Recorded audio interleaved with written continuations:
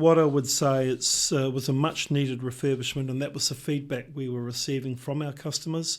And those of you that go out to the airport terminal today will get a real sense of arrival that the terminal represents mana whenua and the cultural journey as you sort of enter the mighty Waikato and the home of Kingitanga. So that has really been a celebration of Te Ao Māori for the company and for the region.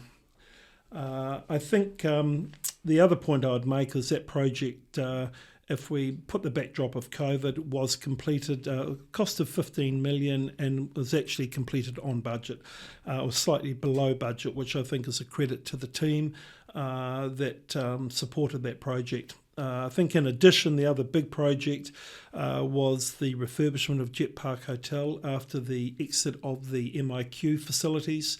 And again, that now presents a 4-star property to the market again, as well as a number of other work around our infrastructure and land development that we'll probably talk about a wee bit further on. Great to hear a construction project coming in under budget, Mark, because I mean it's been really difficult. So well done to the team. And I guess you came out of a COVID environment, and within that environment, basically, it almost shut down the airport, shut down travel. So, what were some of the things that you had to consider through that period? Look, I think the backdrop would be March 2020, and if we look at April 2020, we would normally have 40,000 passengers through the terminal. We had 4. So I think that demonstrates the impact it had on our airport company. And of course, the hotel emptied overnight. So we had 2 of our largest income generating assets absolutely hammered by COVID. If we fast forward through COVID, ironically, the group had record financial results during 2021 and 2022. And that was on the back of the hotel became an MIQ facility, and the income and profit from the hotel replaced the lost earnings from the airport. And then, of course, the airport began to recover. We were fortunate, I guess due to other misfortunes, that with Auckland locked down, many in the Waikato wanted to travel south during periods where you could travel through those COVID years. So we benefited from the fact people couldn't travel overseas, but they could travel domestically, and often, even when Auckland was open, chose to fly out of Hamilton to avoid Auckland and the issues, perceptions around COVID. So it ironically worked very well for our group. I guess if we pick up on that, in times of crisis, it's actually looking for those opportunities rather than actually thinking everything's got to actually shut you down. Well, that's right, and I should also add that we had record land sales that were transacted pre-COVID, and all of them settled during COVID. So that was also fortunate, and I think what it just demonstrated is that we had this diversification strategy, a 10-year strategy in place. We never perceived a pandemic, but what we did perceive was we had an over-reliance when I joined on the aeronautical business and the aeronautical income, and if that changed, then the group was at risk. And so nowadays the aeronautical income only represents about 1/3 of the group income, as opposed to 80% 5 years ago. It's good to hear. So, you got through the COVID years, and it sounded like you got through them remarkably well. So, what does the immediate future look like for the airport now that we're through the pandemic? Look, I think like most companies, we're grappling with economic uncertainty. But what I would say is that the hotel is back trading. It's trading within a range that we anticipated this year, but we need to rebuild through Jet Park, who manage the property, the hotel. And our aeronautical business needs to rebuild as well. We're sort of back at plus 90% of pre-COVID loads and passenger numbers. But there is still, that's not quite where we would like to be. So I think we've got another 12 months or so, that will be growing those parts of our business. Of course, during this period, land sales and land inquiry has all but dried up. Fortunately, we weren't reliant on land sales at this particular time. And we'll talk about Northern, I'm sure, coming up, which is our big project over the next sort of few years. But I think for us, it's about slowly rebuilding those parts of our business, and also we've just completed a master plan of the airport that takes us out to 2052. So we're very clear on the requirements of the aeronautical business for the next 30 years. And we've also just forecast out our next 10 years to 2033. So we're very clear on the capital required to invest in the business over the next decade. And so I think we're in good shape to, I suppose, potentially ride out a bit of economic turbulence with an intention by the mid-2020s to be fully engaged in our big project.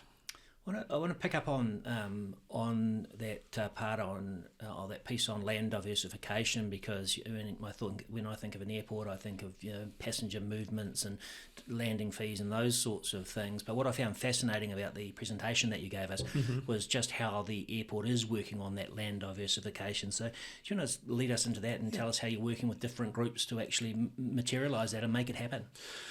Look, I think there's a couple of points in there. I think that there's no question that we're an airport with a property company, and sometimes that can be misinterpreted. But I think if we look around the world and we look around New Zealand, airports have those airports that are successful have strong non-aeronautical income streams to their aeronautical bow. So I think for us, if we look at the what we have tried to do is invest. So we've invested, as I say, in the hotel. We have sold land to recycle capital into other income-generating assets. So we have bought several lifestyle blocks around the airport. We have bought other commercial buildings in and around the airport. And we've also invested, because one of our key planks, if you like, is to reinvest the income generated from land sales into the core business. So we have, as an example, purchased off Air New Zealand last year all of their hangar and on airport facilities at the airport, and a number of other hangars in and around the airport to help grow the general aviation piece. So I think we are working, and then of course we've had to tenant those buildings, and that's gone very, very well. The last major building to tenant is in fact what was the flight school facilities pre-COVID with L3. We acquired the flight school infrastructure late last year, and we're currently in the market to tenant that facility either to another flight school or in fact to a non-aeronautical tenant, if that is the case. So I think we're growing our role both on airport as a responsible landlord. We have about 60 to 70 either ground leases or building and ground lease tenants, but we're also trying to create an environment for the general aviation business. Texel, you may have seen a few 737s now flying into our airport to be serviced by Menzies. So that's a new piece of business for the airport and for Menzies. So we're looking to expand. Hamilton Airport is about 25% of all general aviation activity in New Zealand is Wow. conducted out of Hamilton Airport.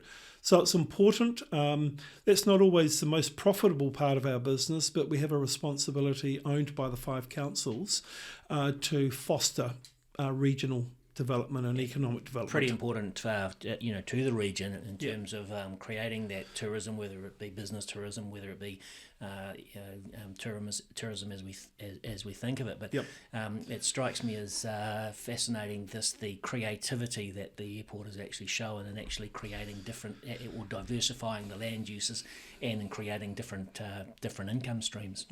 Just on that, what are the sort of ecological or environmental considerations that that impact you in terms of creating that sort of diversification?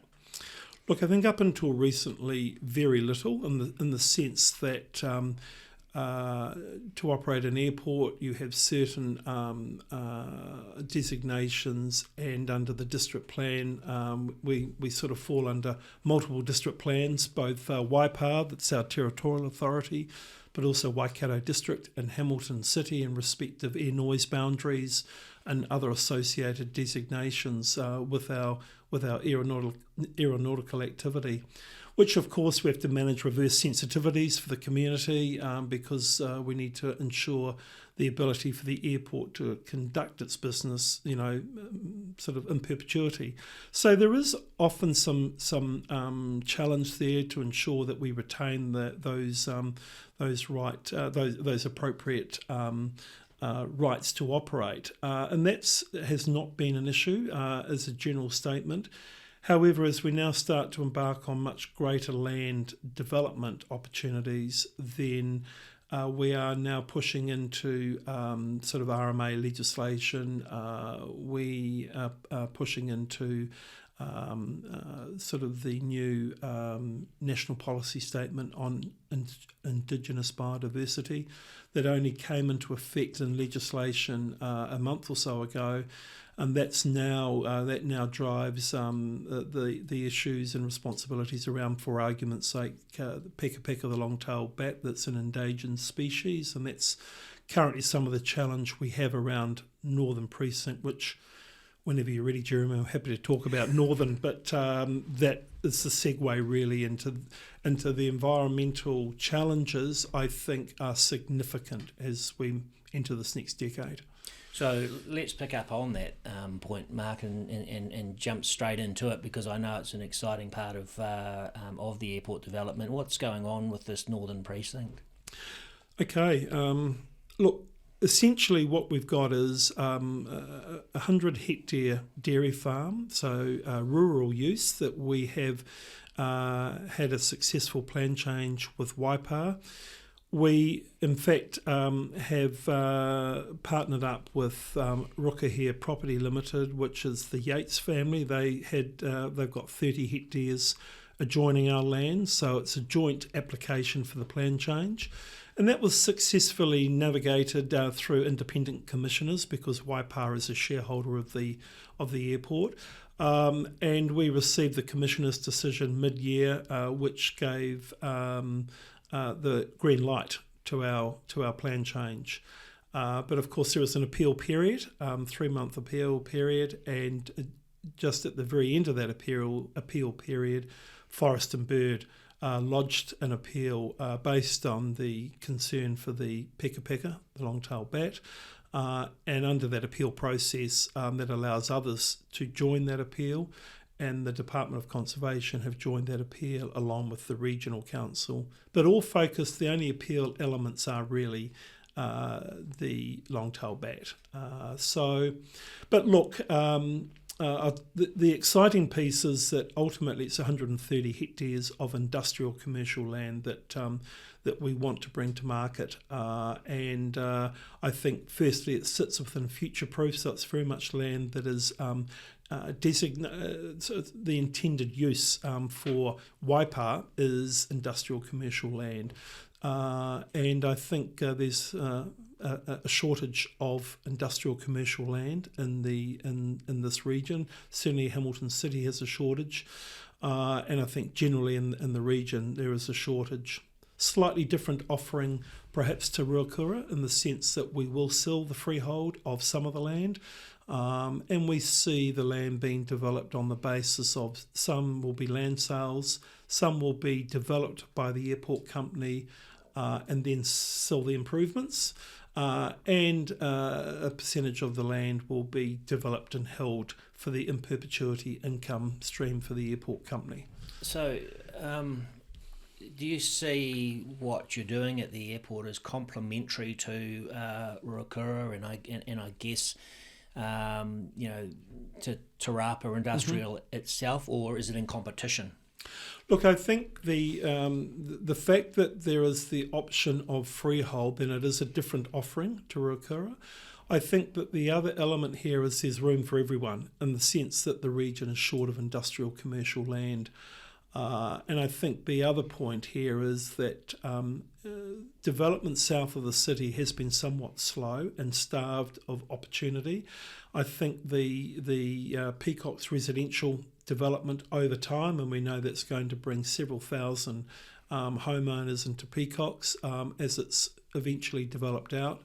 It really means that we may have an industrial commercial precinct at the airport that literally will be a couple of kilometres from Peacocks, which allows the work from home. It mitigates some of the issues around carbon and the ability to travel, walk, cycle or drive to and from work. So we see the airport and the industrial developments around the airport as providing that hub of activity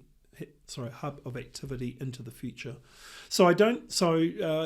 Of course it's in competition in some aspects, but overall I think the developments are complementary to the fact that this region has a shortage of land.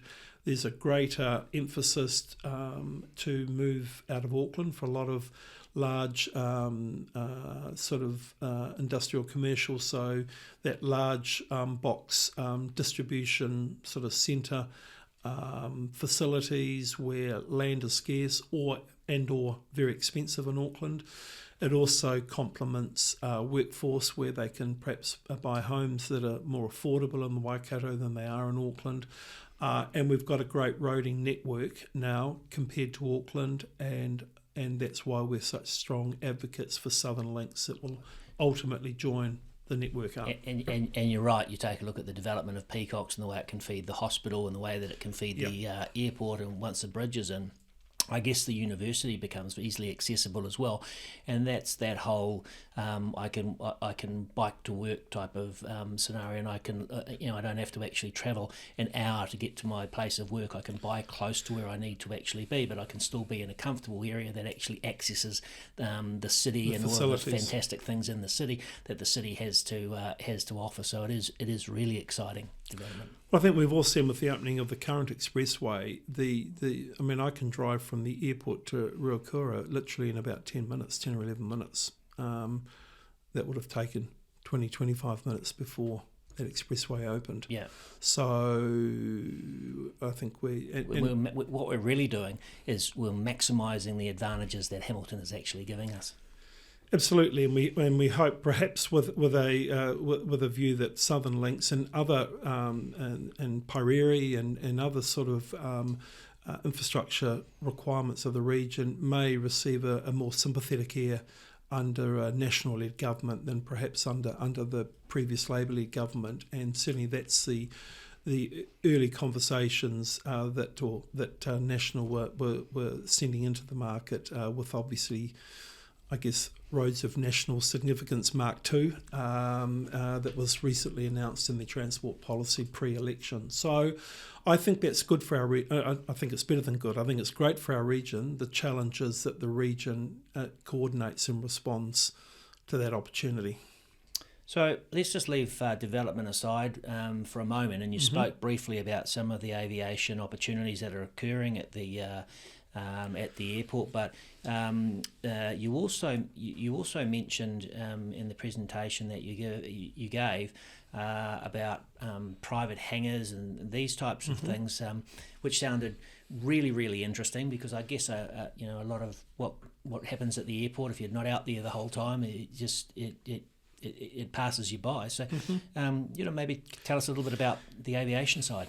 Yeah, no, thanks, Jeremy. And look, a couple of aspects here. I think one very real and positive aspect is a company called Rotorcraft, who were operating on the western side of the airfield. servicing helicopters pretty much from Hamilton through to Wellington. Most helicopters in the southern part of the North Island are being serviced by Rotorcraft. Now, the confidence they have is that they have purchased land off the airport company, and they have built a brand new helicopter maintenance base at the airport, and that's due to open next month. And that's just a great example of the importance of general aviation to the airport. The airport's role to try and facilitate that. We have kept the same amount of land that we have sold to Rotorcraft. We've kept beside them, because we will build a complementary hangarage facility for helicopters in due course. So again, we're trying to make sure that we align the aspirations of our tenants and now landowners that are conducting aeronautical businesses with the airport's vision as well. More widely, we have sold land airside to high net worth families that are looking at establishing private jet hangars at Hamilton. And that work is ongoing. It has been somewhat interrupted by the economic situation and just the timing. These are significant family investments that need to be made, but we have committed to developing a jet taxiway facility from the land and apron fingers from their land to our main runway. That will be coordinated with the development of their hangars over the next 2 or 3 years.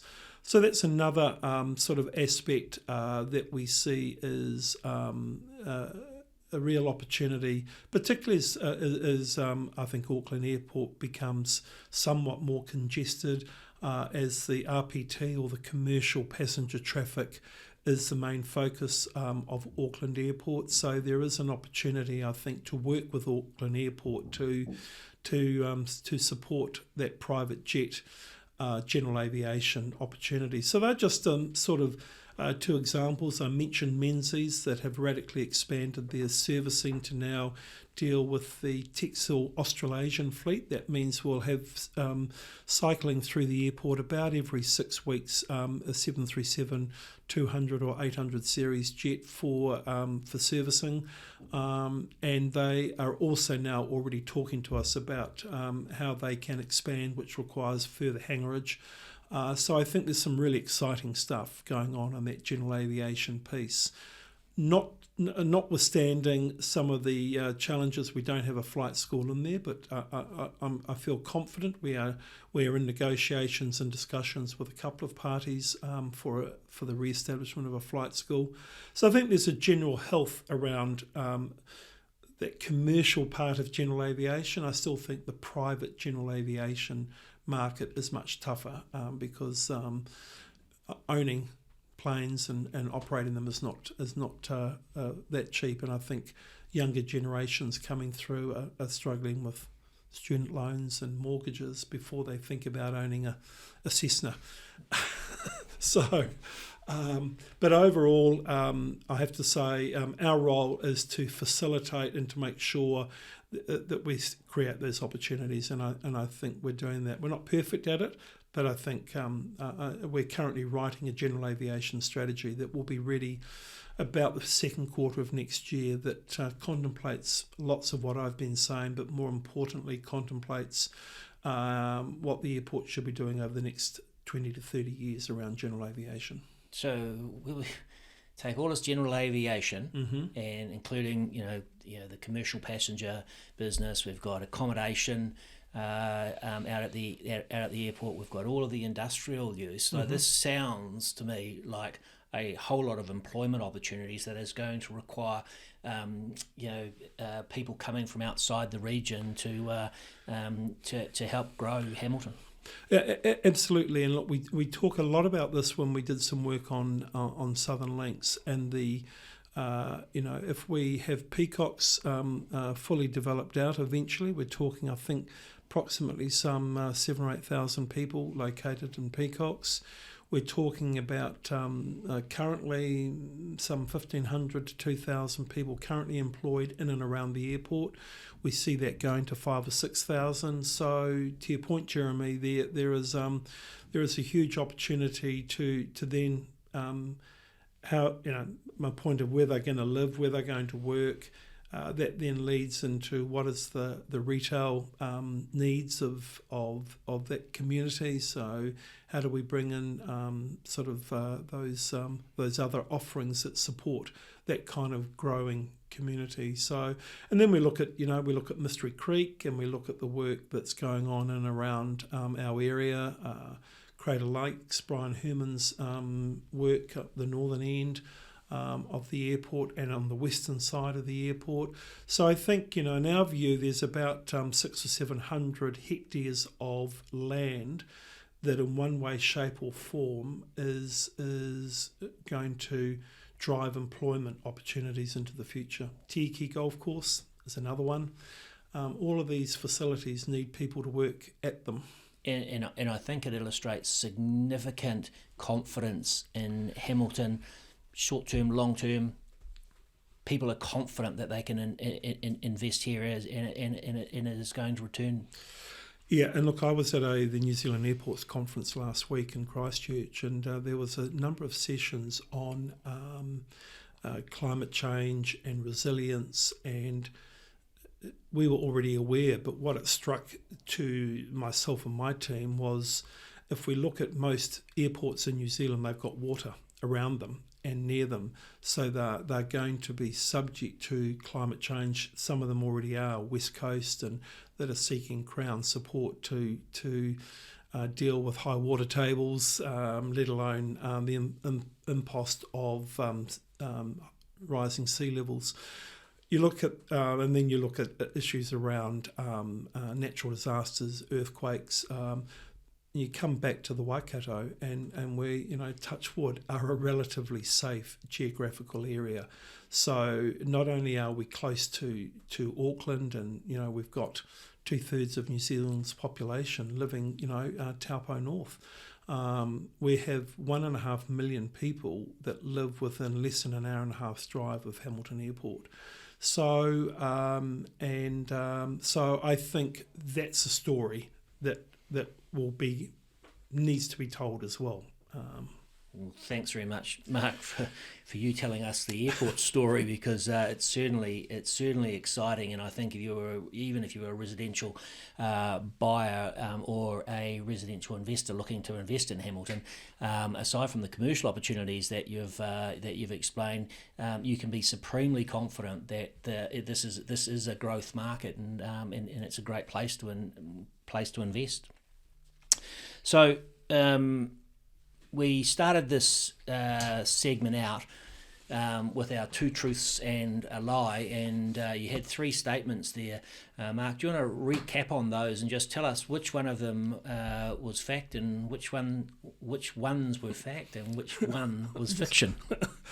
That is a bit of a tongue twister, isn't it? Well, look, to recap, I said that almost 1 million people interact with the airport on an annual basis, and that's in fact true.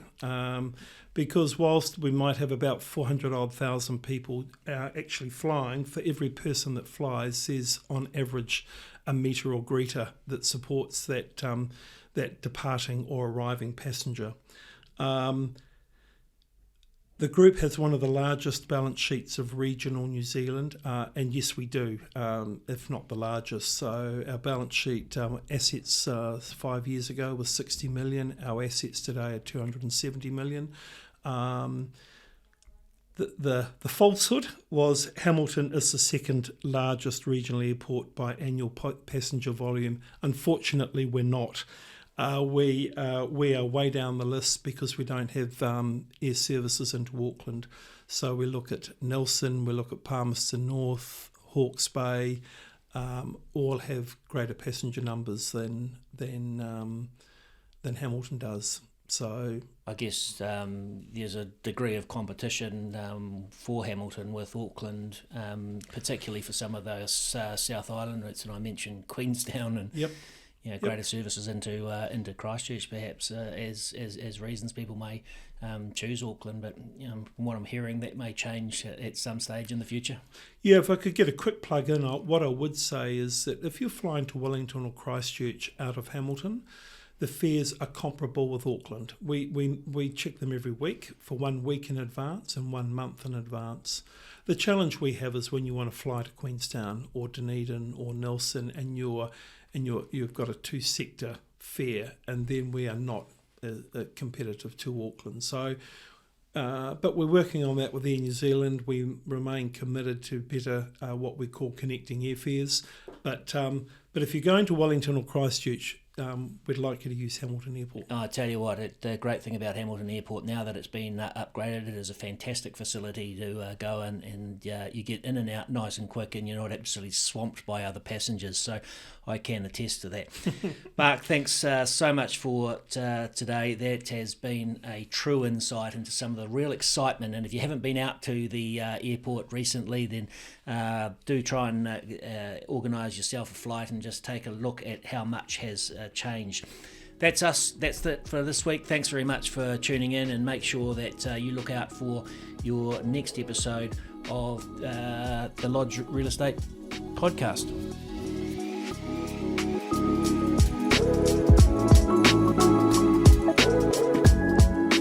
Thanks for joining us on the Lodge Real Estate Home Truths podcast. Learn more about today's topic and our panel guests by visiting our website lodge.co.nz.